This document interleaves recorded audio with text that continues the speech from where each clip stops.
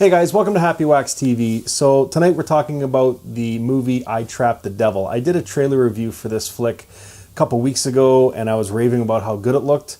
It's taken, well, I mean not openly, but it's more or less the same story or close to the same story from the Twilight Zone from back in the day called The Howling Man. And as soon as I heard that, I was excited for this flick because I'm a huge Twilight Zone fan. So anytime I can watch a movie that's kind of, taken from, and there's so many Twilight Zone episodes too. Like it's amazing how many movies are made, inspired by those half hour to an hour shorts from the Twilight Zone from back in the day. It's crazy, and this is one of them. And I watched it, and I'm just going to be straight up and honest before we get into it. I really did like this movie. It's not a movie that's going to be for everyone though.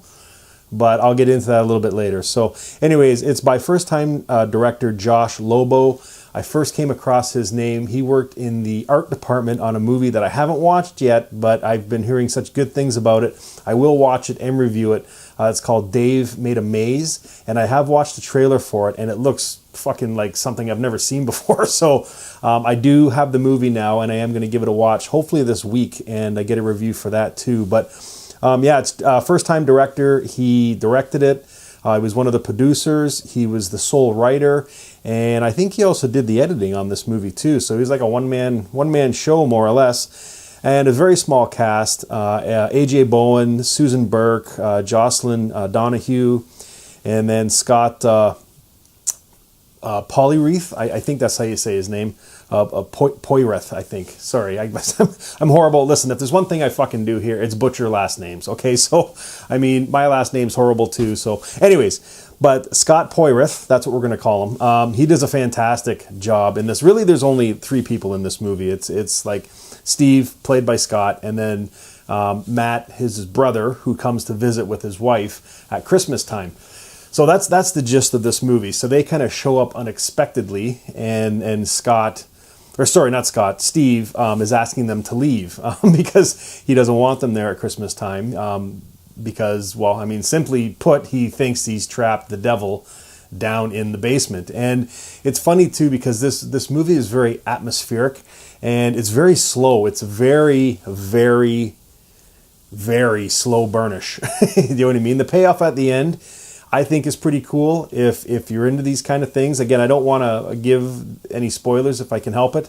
But yeah, the first act of this movie is super slow. But what he does do, Josh, the director, there's a scene in this movie when the brother and sister come and they show up unexpectedly. And he just, he's asking them to leave. He doesn't want them there. But there's a scene at the kitchen table when they're eating after they get to the point where they figure they're going to stay.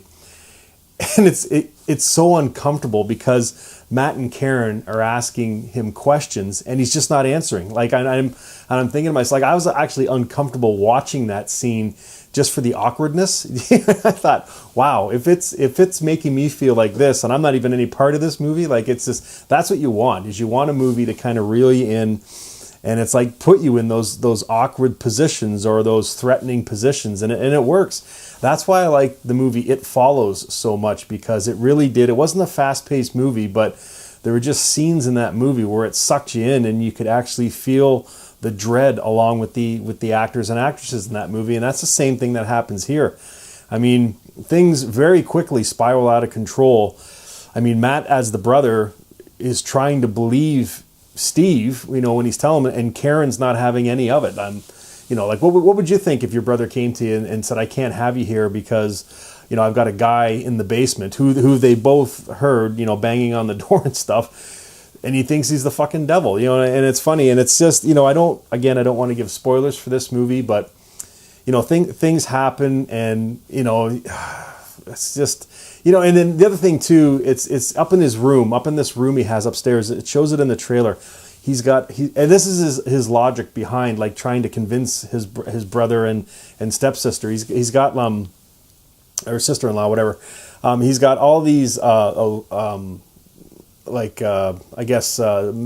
magazines, but newspaper articles from kind of connecting all the dots here to this person in the basement. And then he starts to say to his brother, he goes, haven't you noticed in the last like week or so, I think it's week or so, that a lot of the bad stuff that's been happening around the world is stopping, because he's got the creator of this evil trapped in the basement. Like he hands him this one magazine article where this girl, I think she was kidnapped or been lost for like, I don't know, like 11 months or something like that. And then all of a sudden, just out of nowhere, she appears. And you know what I mean? And he gives a couple other examples too of all these things where people have gone missing, or all these bad things, but then they get turned around, and you know, all the evil in the world is kind of slowing down. There's still evil happening, but he does make a good point, and he says something in the film, but it kind of set me back a little bit. And he gave two types of evil. There's like a pure evil, and then like I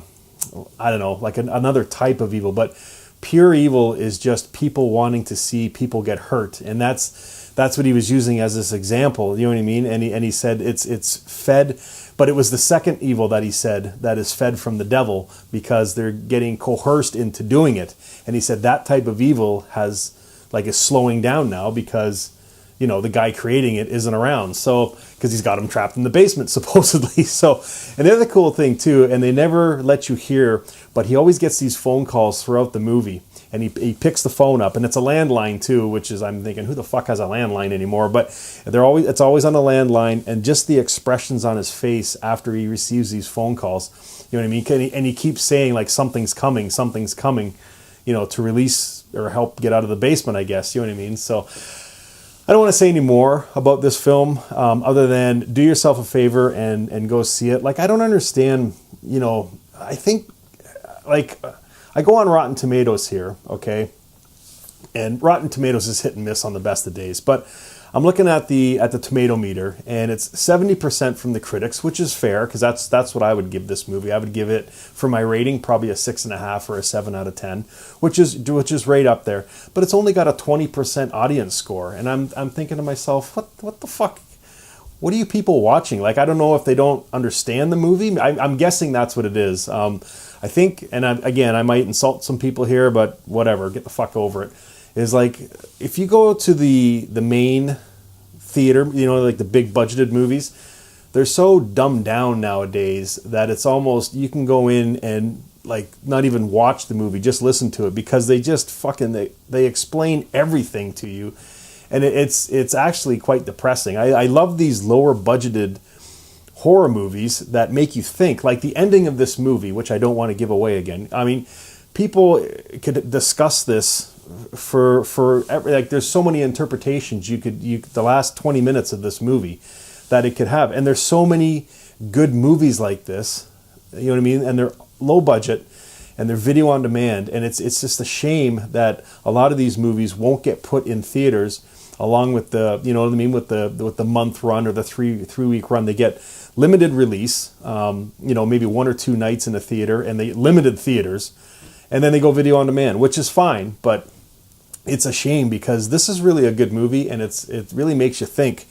And it's funny, just reading some of the reviews on Rotten Tomatoes and even IMDb, I'm thinking to myself, okay, you're trashing this movie, and you obviously missed the whole fucking point of the movie. Like, but you're calling it garbage or boring or slow. Well, I don't know. Then go watch The fucking Nun, okay? Because that's the mentality you have. And listen, I'm not trying to force this movie down your throat. I'm just saying, give it a chance.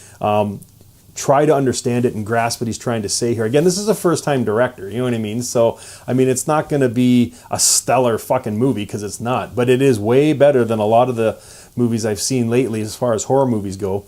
And he doesn't spell stuff out for you. You have to think your way through this film, and you really feel for him, because he honestly thinks he's got the devil trapped in the basement. And he very may well have. I don't want to give it away what is down there, but I don't know, man. I thought this movie was pretty damn good, and I'm definitely going to give it like a 6.5, 7. It's on video demand right now. It's on all sorts of platforms, so you won't have a hard time finding it. But seriously, if you're going to sit down and you want to watch a half-decent horror movie, give this one a shot, and I promise you won't be disappointed. So, again, it's not very action-packed. It's just kind of a slow burn, but the payoff you'll be like, what the fuck? You know what I mean? So it's pretty fucking interesting and cool, and definitely a topic for discussion, with your friends and stuff that watch it. So anyways, give it a watch. I Trapped the Devil. I'm going to give it 6.5, 7 stars, or 7 out of 10, whatever.